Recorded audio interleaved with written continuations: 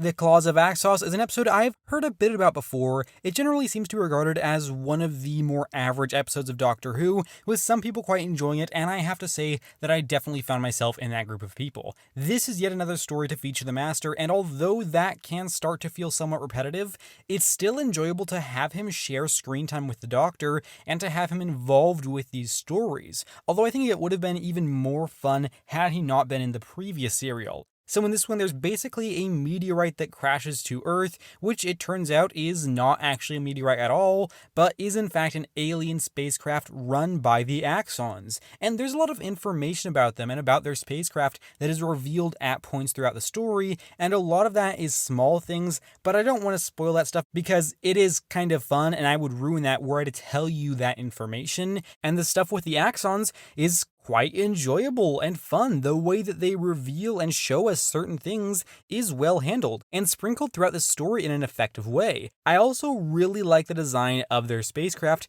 because it feels really unique and also quite appropriate to what it is supposed to be within the story, and I like how well designed it feels. It totally matches what they were going for, and the mix of green screen elements throughout are rather well handled, if I'm being honest. I also like the design of the Axons. There's two alien designs in this one, and they both worked pretty well for me. They're distinctly different, but they both work and service the story in the way that they are intended to. This serial also has units, and I recall that they were relatively well utilized in this one, at least better than they had been in the previous story, and they're somewhat necessary to the way that this one actually plays out, and yeah, I thought they added something to it. The Brigadier is fine. I don't really have much to say about him. He's alright. You kind of need a leader for a unit, and he serves that purpose pretty well. Jo Grant, honestly, she's just kind of that companion that screams and yells obvious things that can already be seen, and she just doesn't add much to the show, which is kind of a shame. Doctor, look out!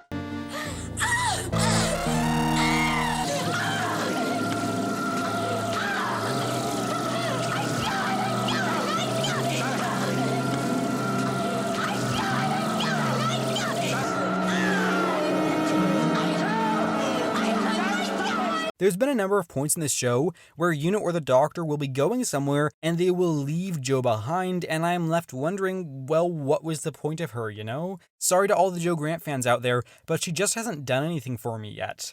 There's a supporting character in this one called Filer. He's from America, and as usual, the actor is British putting on an American accent, but he's probably the best example of that which I've seen so far in the classic series, because even though you can kind of tell that he's putting on an accent, it's relatively mild and doesn't stand out too much. I also enjoyed his character. I wouldn't mind if he stuck around for a bit, but I suspect we won't be seeing him again. It's all right, Brigadier.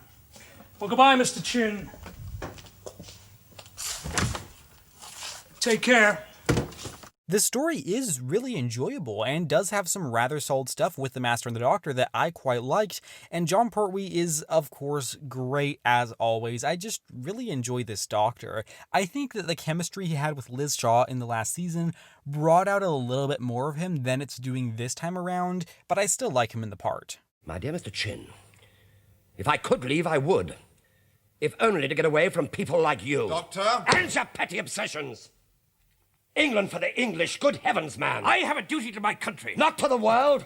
But this serial does start off a tad uneven. The first episode is pretty good, but it's just a little bit clunky, and not everything really flows all that well. But the stuff they have in there is actually good. It tries to introduce a bunch of ideas, and it has a bit of a hard time balancing all of those very well, but in the second episode, they manage to make sense of stuff a little bit better, and just get a better handle on the story that's actually being told here, which is a really enjoyable one.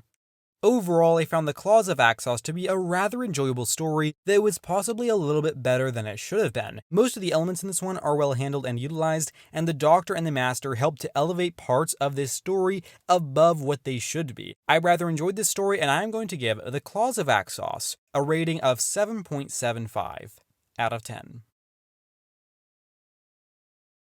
And that's all for today, folks. Feel free to leave your thoughts on the Claws of Axos down below. I am curious as to what you think. If you join me this upcoming Sunday, I will be bringing you a review of Colony in Space. I do hope to see you around for that, but if not, that is absolutely fine, so long as you know that I appreciate your time here today. And with that said, thank you very much for watching. Take care, and have a lovely week.